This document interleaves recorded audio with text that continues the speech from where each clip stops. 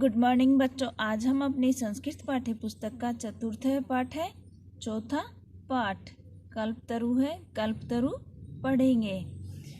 प्रस्तुत पाठ वेताल पंचविंशति नामक कथा संग्रह से लिया गया है, जिसमें मनोरंजक एवं आश्चर्यजनक घटनाओं के माध्यम से जीवन मूल्यों का निरूपण किया गया है।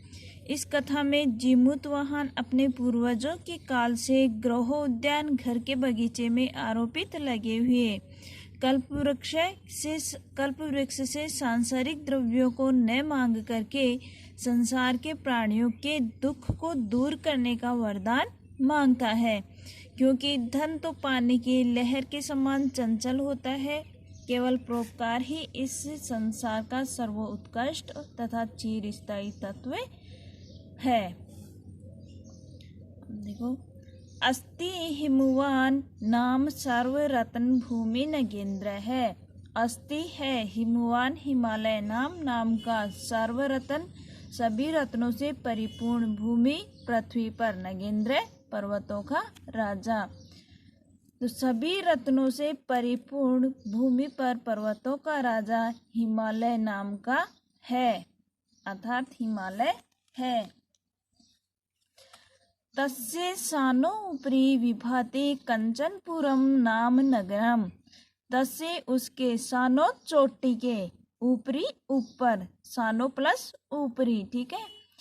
विभाति सुशोभित है, कंचनपुरम कंचनपुर नाम नगरम नगर, उसकी चोटी के ऊपर कंचनपुर नाम का नगर सुशोभित है।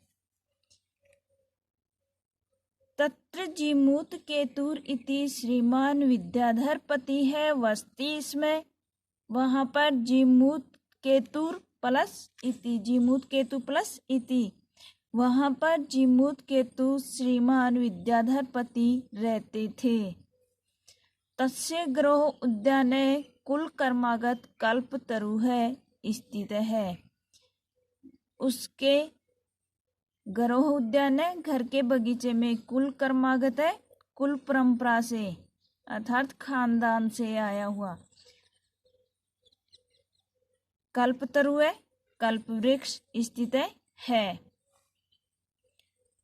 स राजा जीमूत केतु, वह राजा जीमूत केतु, तम कल्पतरुवम आराध्य, उस कल्पतरु की आराधना करके, प्रार्थना करके, तत्पश्चात प्रसाद स्वरूप बोधित अंश संभव है। बोधित अंश संभवम, बुद्ध के अंश से संभव, भगवान बुद्ध के अंश से संभव।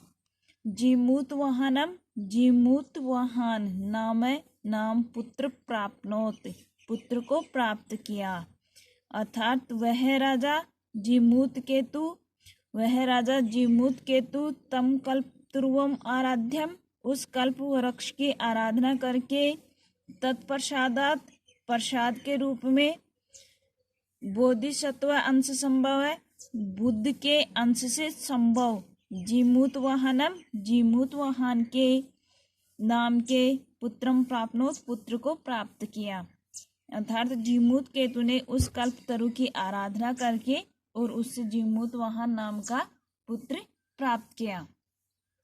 स महान दानवीरः सर्वभूतानि अनुकंपी च अभवत्, वह महान दानवीर और सभी पर दया रखने वाला हुआ। वह महान दानवीर है, दानवीर और सर्व सभी पर, अनुकंपी यानी दया रखने वाला, अभवत हुआ। तस्य गुणे, उसके गुणों से, प्रश्न होकर के, सौ सचिवस्य मंत्रियों से, प्रेरित राजा ने, कालेन समय के अनुसार, संप्राप्त यौवनम, यौवन को प्राप्त हुए, तम उसका युवराज्य अभिषिक्तवान, उसका युवराज अभिषेक कर दिया। तस्य गुणे उसके गुणों से पर्शन पर्शन सचिवस्य मंत्रियों के अर्थात जो राजा के मंत्री थे उनसे प्रेरित होकर राजा ने कालीन समय के अनुसार यौवन को प्राप्त हुए उस बालक का युवराज्य अभिषेक कर दिया। युवराज्य स्थित स जीमूत वाहनम कदाचित इथेशी भी पितृमंत्री भी उक्त है। युवराज की स्थित उपस्थिति में स वह जीमूत वाहन है। जीमूत वाहन कदाचित कुछ हितैषी भी हित चाहने वाले पितृमंत्री भी मंत्रणा करके उक्त कहा अर्थात युवराज की स्थित उपस्थिति में वह जीमूत वाहन ने कुछ हित चाहने वाले मंत्रियों से मंत्रणा करके उक्त कहा। युवराज